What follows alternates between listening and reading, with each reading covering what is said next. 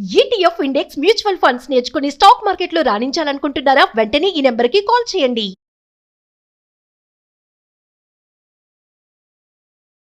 శంతన్ మహారాజు ఆయన గంగా తీరానికి వెళ్ళాడు. గంగా తీరంలో ఆయన పరమాద్భుత సౌందర్యవతి అయిన ఒక స్త్రీని చూశాడు. ఆమె వచ్చి ఈయన నన్ను వివాహం చేసుకోమని అడిగింది. వెంటనే ఆమెను తీసుకొచ్చుకుని వివాహం చేసుకున్నాడు. కుమారుడు కలిగాడు. అంతఃపురం నుంచి బయటికి నడిచి వెళ్ళిపోయింది. ఈయన చూస్తూ ఉండగానే ఆ బిడ్డనెత్తి మహాప్రవాహంలో విసిరేసేసింది.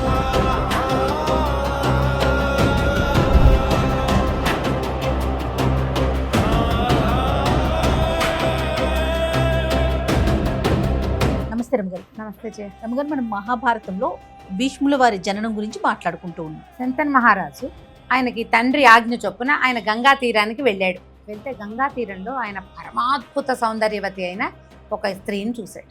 తండ్రి చెప్పారు కదా, ఒక ఆమె యువతి కనపడుతుంది, ఆమెను వివాహం చేసుకున్నాడు. ఆమె వచ్చి ఈయన నన్ను వివాహం చేసుకోమని అడిగింది. అడిగేసరికల్లా ఈయనే ఉత్సాహపడ్డాడు. ఆమెను చూసేసరికల్లా ఆమె అంత మహాద్భుత సౌందర్యవతి. ఇప్పుడు నీకు సురనది గంగానది, ఆ గంగానది సౌందర్యం చెప్పనలవు కానీ అందం కదా. అయితే అడిగేసరికల్లా ఆవిడ ఏమంది, నేనేం చేసినా నువ్వు నన్నేమనుకోడు, నా ఇష్టారాజ్యంగా ఉంచుతాను అంటేనే వివాహం ఉంటాను నీతో. నన్ను ప్రశ్న అడిగితే వెళ్ళిపోతా, ప్రశ్నలు మాత్రం అడగకూడదు. సరేనన్నాడు. తండ్రి ఏం చెప్పాడు, ఆమె కోరిక తీర్చు అని చెప్పాడు. ఈమె సౌందర్యమేమో మనమోహకంగా ఉంది, ఆవిడ కూడా ఏవో కొన్ని షరతులు కనపడుతున్నాయి. సరే, వెంటనే ఆవిడని తీసుకొచ్చుకుని వివాహం చేసుకున్నాడు. ఆమె గంగా అని తెలుసు ఆయనకి. ఇద్దరు ఎంతో కాలం సంతోషంగా ఉన్నారు. ఆమె గర్భవతి. ఈ రాజ్యానికి ఉత్తరాధికారులు నిజానికి ఆనాటికి లేరు. అయితే ఈవిడికి కుమారుడు కలిగాడు. రాత్రి తెల్లవారుజామున కుమారుడు కలిగాడని వార్త వచ్చింది. అందరూ చెప్పుకున్నారు. కోలాహలంగా ఉంది. పురిటింట్లోంచి పురిటాలు లేచి బయటకు వచ్చింది పిల్లవాడిని ఎత్తుకుని. అంతఃపురం నుంచి బయటికి నడిచి వెళ్ళిపోయింది. ఆమె వెళ్ళిపోతుంది అన్నారు. ఈ శంతనుడు ఆమె వెనకాల పరిగెత్తాడు, ఆమె ఎక్కడికో వెళ్తుంది. ఈయన చూస్తూ ఉండగానే ఆ బిడ్డనెత్తి మహాప్రవాహంలో విసిరేసేసింది. పిల్లని విసిరేసింది. అడిగితే సమాధానం చెప్తుందో చెప్పదో, అడగకూడదు అని ఉన్నది కదా నియమం. ప్రశ్న అడిగితే వెళ్ళిపోతానని అడగలేకపోయాడు, ఆమెను వదులుకోలేకపోయాడు. కుమారుడు పోయిన దుఃఖం ఆవిడికి లేదు, ఆయనకు ఉంది పాపం. సరే ఊరుకున్నాడు. మళ్ళీ అంతఃపురం అంతా ఇప్పుడు ఒక ఈవిడ ఇంత పని చేస్తుంటే ఊళ్ళో అంతా చెప్పుకోరు, అంతఃపురం ఎంత గగ్గోలెత్తిపోయి పురుటాలు కన్న వెంటనే పిల్లవాడిని తీసుకెళ్లి పడేసింది. ఒకళ్ళిద్దరికి కొంత ఏదో ఊహ అర్థమవుతోంది, ఇదేదో విచిత్రం జరగబోతోంది అని. క్రమంగా ఈవిడికి మళ్ళీ గర్భవతి అయింది. మళ్ళీ పురుడొచ్చింది, మగ పిల్లవాడు కలిగాడు. ఆమె యథావిధిగా పిల్లాడిని ఎత్తు తీసుకుపోయి గంగా ప్రవాహంలో పడేసేసి మళ్ళీ మళ్ళీ మళ్ళీ మళ్ళీ జరిగింది 7 సార్లు. నేను ఇలా పిల్లల్ని చంపేస్తుంది, అయినా కూడా ఆమె దగ్గరికి వెళ్ళి ఆ వ్యామోహాన్ని నేను చంపుకోలేకపోతున్నానని చాలా కష్టంగా ఉండేది. పాపం ఎంత క్షోభ అనుభవించుంటాడు. ఇక ఈసారి ఆగలేకపోయాడు. ఆమె 8వ గర్భవతి అయింది. కన్నది కాన్పైపోయింది. పిల్లాడిని ఎత్తుకుని బయలుదేరంగానే శంతనుడు ఆపేసాడు. నువ్వు ఏం పని చేస్తున్నావు, తల్లివేనా నువ్వు? ఇదేమి గర్భము, ఇంత భారము పడి ఇంత కష్టపడి, మానవ గర్భం అంటే సులువు కాదు, మరి ఇట్లా పిల్లల్ని చంపేస్తున్నావు. రాజ్యానికి ఉత్తరాధికారులు లేరు, నేను నీ మీద వ్యామోహాన్ని చంపుకోలేకపోతున్నాను, ఏమి అడగద్దన్నావు, ఎన్నాళ్ళు నేను అడగకుండా ఉంటానని ఆమెను గట్టిగా ఆపాడు. ఆపేసరికల్లా ఆమె చెప్పింది, నువ్వు నన్ను ప్రశ్న అడిగావు కాబట్టి నేను నీతో ఇంకా ఉండను, నేను వెళ్ళిపోతున్నాను. పిల్లాన్ని నాతో తీసుకెళ్తాను, పెద్దవాడయ్యాక నీకు అప్పచెప్తాను అని చెప్పి కుమారుడిని తనతోటి తీసుకెళ్ళిపోయింది. పిల్లాన్ని ఎత్తుకుని వెళ్ళిపోయింది. అయ్యో, ఈయన భార్య లేదు, కుమారుడు అలాగే ఉన్నాడు కొంతకాలం దుఃఖంతో. ఆమె లేదన్న దుఃఖము, కుమారుడు దక్కలేదన్న దుఃఖంతో. కొన్ని సంవత్సరాల తర్వాత ఒకనాడు ఈయన గంగానదికి సాయంకాలం పూట వ్యాహ్యాలకి వెళ్తే గంగ ప్రవాహం ఆగిపోయింది ఒక చోట. ప్రవాహం అది నిరంతర ప్రవాహం కదా, ఎందుకు గంగ ఆగిపోయింది, ఎక్కడ దీనికి ఆనకట్ట అడ్డుకట్టబడింది అని వెతకడానికి వెళ్ళాడు. ఆయన వెళ్ళేసరికల్లా ఒక కుమారుడు 15-16 సంవత్సరాలు ఉన్నటువంటి ఒక ప్రాయపు కుర్రవాడు బాణాలు వేసి గంగా ప్రవాహాన్ని అడ్డం పడుతుంది. బాణం తీస్తే గంగ మళ్ళీ పరిగెడుతుంది, కానీ గంగని ఆపాడు. ఆ అబ్బాయిని చూసేసరికల్లా ఈయనకి పుత్రవాత్సల్యం వచ్చేసి చాలా సంతోషం వచ్చింది. ఇంత శక్తివంతుడా, ఎవరికైనా ఇంత శక్తి ఉంటుందా గంగా ప్రవాహాన్ని ఆపటం అంటే? సామాన్యమా? ఆయన ఆ కుమారుణ్ణి ఎవరు ఏమిటి అని అడిగే లోపల గంగా ప్రవాహంలో నుంచి గంగాదేవి బయటకు వచ్చి రాజుకి నమస్కరించి, రాజా, ఇతను నీ కుమారుడు, నేను నాతో తీసుకెళ్ళిపోయాను, అతను పెద్దవాడయ్యాక నీకు అప్పచెప్తానని కదా, దేవవ్రతుడు అనే పేరుతోటి ఈ కుమారుణ్ణి స్వీకరించింది. అని చెప్పి కుమారుడిని అప్పచెప్పి ఆ దేవవ్రతుడిని తనతో పాటు తెచ్చుకున్నాడు రాజు. ఇదిగో వీడే నా ఉత్తరాధికారి యువరాజు అని చెప్పుకున్నాడు. ఇలా ఇతను ఈ లోపల అనేక రకాల విద్యలు నేర్చుకున్నాడు. తల్లి దగ్గర ఉండగానే పరశురాముడి దగ్గర విద్యను అభ్యసించాడు. ఎంతో విద్యలు ఉన్నాయి ఆయనకి. మహాపరాక్రమవంతుడుగా పరిణమిస్తూ ఉన్నాడనమాట. ఇంతలో ఏమైందట, ఒకనాడు ఈ శంతన్ మహారాజు ఈ గంగా నది తీరంలో ఎక్కడో ఒక సుగంధం వస్తుంటే ఎక్కడి నుంచి వస్తోంది ఈ అద్భుతమైన వాసన అని ఆ వాసనని వెనకాలే వెళ్ళాడు. వెళ్తే ఆయన ఒక మహాసౌందర్యవతైన ఒక అమ్మాయిని చూశాడు. పల్లీల అమ్మాయి. ఆ పిల్లని వివాహం చేసుకోవాలనిపించింది. ఎంత వయసు అయిపోయింది ఆయనకి, పెద్దవాడయ్యాడు. గంగాదేవి వెళ్ళిపోయి కూడా చాలా నాళ్ళు అయిపోయింది. కుమారుడు ఉన్నాడు. కానీ ఆయనకి వివాహేచ్ఛ కలిగింది ఈ అమ్మాయిని చూసేసరికి. ఆ కలిగేసరికల్లా తండ్రిని అడిగాడు. తండ్రిని అడిగితే తండ్రి ఏమన్నాడు, నాకేం అభ్యంతరం లేదు, నువ్వు మహారాజువి, నీకు పిల్లనివ్వటానికి నాకు అభ్యంతరం లేదు. కానీ నా కుమార్తెకి పుట్టిన సంతానమే రాజు కావాలని నా కోరిక. ఎందుకంటే ఈ అమ్మాయి సామాన్యురాలు కాదు. చేపలు పట్టే వాళ్ళం మేము, నేను బెస్తవాడిని, అంటే మేము ఈ వంశానికి చెందిన వాళ్ళం. అయినా కూడా ఈమె ఉపరిచర వసువు కూతురు, వసురాజుకు జన్మించిన అమ్మాయి. ఈ మహాద్భుతమైన సౌందర్యవతి, విపరీత వరాలు పొంది ఉన్న పిల్ల. కాబట్టి ఈ పిల్లని మంచి చోట ఇవ్వాలి, ఆమె సంతానం చక్రవర్తులు కావాలని నా కోరిక. దానికి ఒప్పుకునేటట్టయితే చేసుకోమంటాడు. అనేసరికల్లా ఈయన ముందు వెనకాడి, అట్లా కుదరదు, నాకు గంగా గర్భాన్ని జన్మించినటువంటి దేవవ్రతుడు ఉన్నాడు, దేవవ్రతుడిదే రాజ్యం, అతను యువరాజుగా ఉన్నాడు, కుదరదని ఈయన శంకరుడు వెళ్ళిపోయాడు. కానీ ఆయనకి మనసులో అమ్మాయి ఉండిపోయింది. ఆయన ఒక అలసటగా దిగులుగా అలా కనపడుతూ ఉండేవాడు.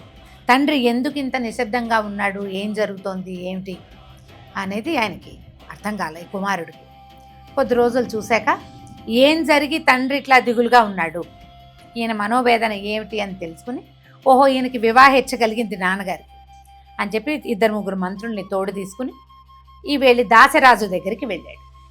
ఈ దాసరాజు యొక్క కుమార్తె మత్స్యగంధి అనే పేరుతోటి ఉన్న సత్యవతీదేవి ఆవిడ పేరు. అయితే ఈ మత్స్యగంధిగా ఉన్న ఈమెని యోజనగంధిగా మార్చాడు పరాశరుడు అనే ఋషి, వ్యాస మహర్షి యొక్క తండ్రి. ఒక చిన్న బ్రీఫ్గా వ్యాస మహర్షి జననం కూడా ఇక్కడ చెప్పుకుందాం. అట్లా అయితే ఈమె ఉపరిచర వసువు అని ఒక అద్భుతమైన రాజుగారి కుమార్తె. ఈ రాజుకి భార్య నుంచి జన్మించినది కాదు. ఆయన ఎక్కడికో వెళ్ళినప్పుడు భార్య సంగమేచ్ఛ కలిగితే వీర్య పతనం జరిగితే ఆ వీర్యాన్ని ఒక ఆకు దొన్నెలో కట్టి ఒక పక్షికి ఇచ్చి తన భార్యకి ఇవ్వమని చెప్పాడు. ఆ పక్షి ఏం చేసింది, ఆ వీర్యాన్ని ఒక చెరువు దీంట్లో వదిలేసింది గంగానదిలో. అప్పట్లో అద్రిక అనేటువంటి ఒక అప్సరస మత్స్య రూపంలో అక్కడ ఆ నీళ్లలో సంచరిస్తోంది. ఆ అద్రిక నోట్లో పడింది ఇది వీర్యం వెళ్ళి. పడేసరికల్లా ఆ చేప గర్భం ధరించింది. కానీ అది మానవ వీర్యం అవటం వల్ల 2 మానవ శిశువులు పొందారు ఆ అద్రిక గర్భంలో. ఆ అద్రిక కొంతమంది చేపల వాళ్ళకి దొరికింది. వాళ్ళు కోసేసరికల్లా అందులో ఒక మగపిల్లవాడు, ఒక ఆడపిల్ల, 2. ఆ అమ్మాయిని ఆయన పెంచుకున్నాడు దాసిరాజు. ఈ చేప గర్భంలో నుంచి జన్మించడం వల్ల ఆమె ఎక్కడ తిరిగినా చేప వాసన వచ్చేది, మత్స్యగంధి, చేపల యొక్క వాసన. అయితే ఆయన తన వల్ల జన్మించారని తెలుసుకుని ఈ పిల్లల్ని చూసుకున్నాడు. ఉపరిచర వసువు పిల్లని చూసుకున్నాడు. కానీ ఈ అమ్మాయిని ఒక రాజుకి ఇవ్వాలని దాసరాజుకు చెప్పాడు. అయితే ఈ అమ్మాయి ఏం చేసేది, గంగానది మీద చిన్న పడవతోటి ప్రజల్ని అటు ఇటు దాటించేది. ఎవరైనా ఋషులు మునులు వస్తే వాళ్ళని చక్కగా సేవించేది. ఇది ఎందుకు చక్రవర్తి కుమార్తె అవ్వటం వల్ల ఆమె దగ్గర అలాంటి ఉదాత్తమైన లక్షణాలు కూడా ఉన్నాయి.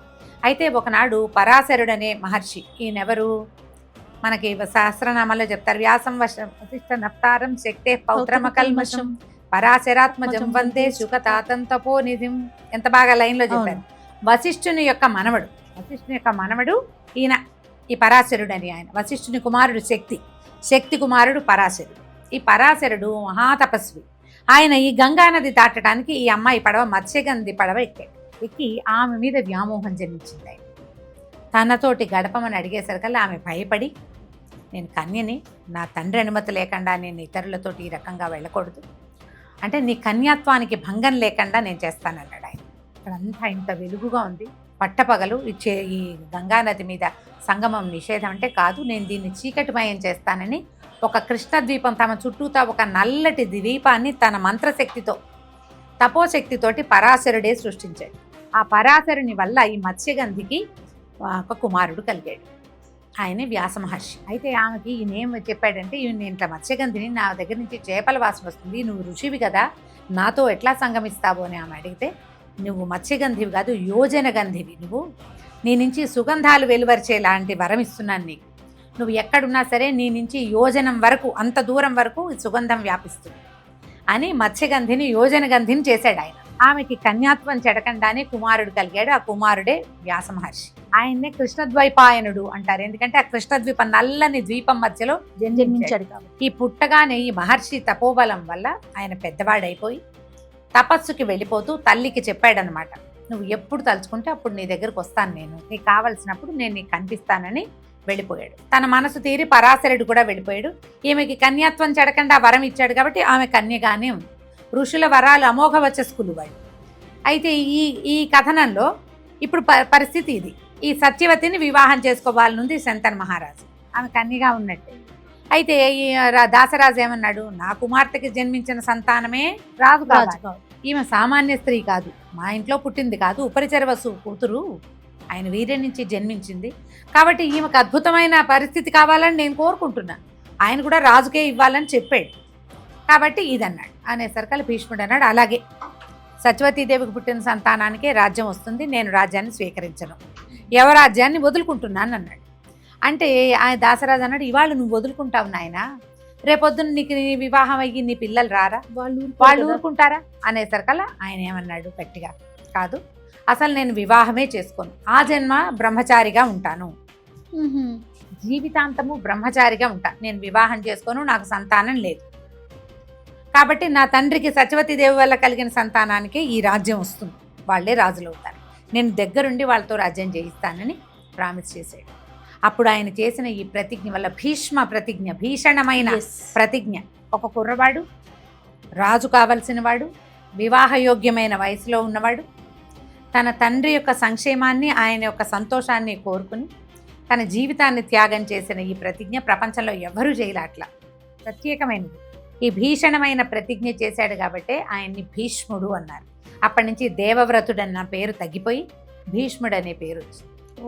ఈ సత్యవతీదేవి నుంచి శంతనుడికి వివాహం చేశారు. శంతన్ మహారాజు కొడుకు చేసినటువంటి ఈ అద్భుతమైన అమోఘమైన త్యాగాన్ని చాలా మెచ్చుకుని, నాయన ఇచ్చామరణాన్ని ఇస్తున్నాను నీకు, ఎప్పుడు కావాలంటే అప్పుడు, నీ ఇష్టం, నువ్వు ప్రాణం వదలదలుచుకున్నప్పుడే నువ్వు వదులుతావు అని చెప్పి ఇచ్చామరణ శక్తిని కుమారుడికి ఇచ్చాడనమాట భీష్ముడు. తర్వాత వివాహం చేసుకున్నారు. ఆయనకి 2 కుమారులు పుట్టారు శంతనుడికి, చిత్రాంగదుడు, విచిత్ర వీరుడు, 2 అబ్బాయిలు. అయితే ఈ చిత్రాంగదుడు పరమ అహంకారి, ఒక రకమైన పోట్లాటకుడు. ఇతను ఒక చిత్రాంగదుడు అనే పేరున్న ఒక గంధర్వుడితో పోరాడి మరణించాడు.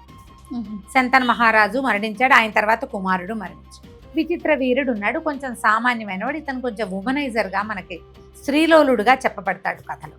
సరే, మరి ఇప్పుడు రాజ్యానికి ఉత్తరాధికారి కావాలి, విచిత్ర వీరుడు ఉన్నాడు, అతనికి సంతానం కావాలి కదా. సత్యవతీదేవి భీష్ముడితోటి సొంత కుమారుడితో వ్యవహరించినట్టుగానే వ్యవహరించేది. ఆమె ఏమంది, నాయన ఇవి తమ్ముడికి వివాహం సంగతి చూడమంటే, అప్పట్లో కాశీరాజు గారు, ఆయనకు 3 కూతుళ్ళు ఉన్నారు, అంబా, అంబిక, అంబాలిక. ఈ 3 అమ్మాయిలకి ఆయన స్వయంవరం చాటించాడు. స్వయంవరం చాటిస్తే అన్ని దేశాలకి పత్రికలు వస్తాయి, అందరూ వెళ్తారు, ఆడపిల్లలకి ఎవరిష్టమైతే వాళ్ళని వరించే రోజు అది.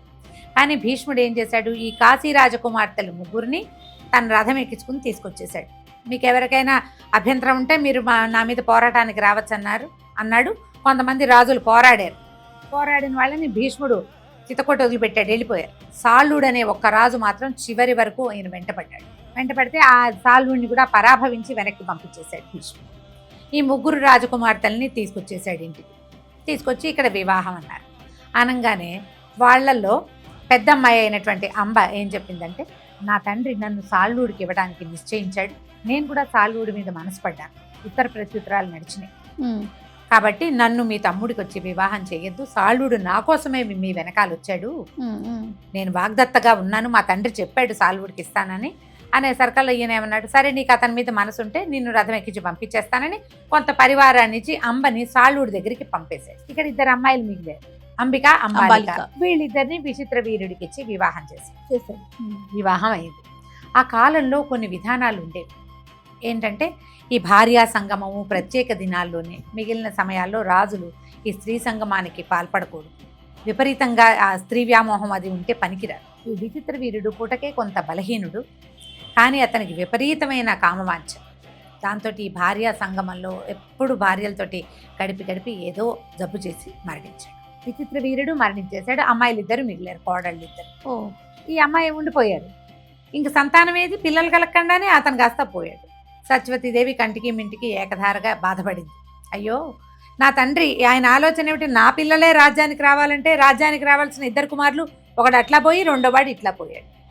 భీష్ముడిని అడిగింది, ఈ రాజ్యానికి రాజు లేడు నాయన, నువ్వు వివాహం చేసుకుని సంతానాన్ని కంటే వాళ్ళు రాజులు అవుతారు, రాజ్యం ఇట్లా ఇదైపోతుంది అని అడిగింది. అడిగేసరికల్లా భీష్ముడు ఒప్పుకోలేదు.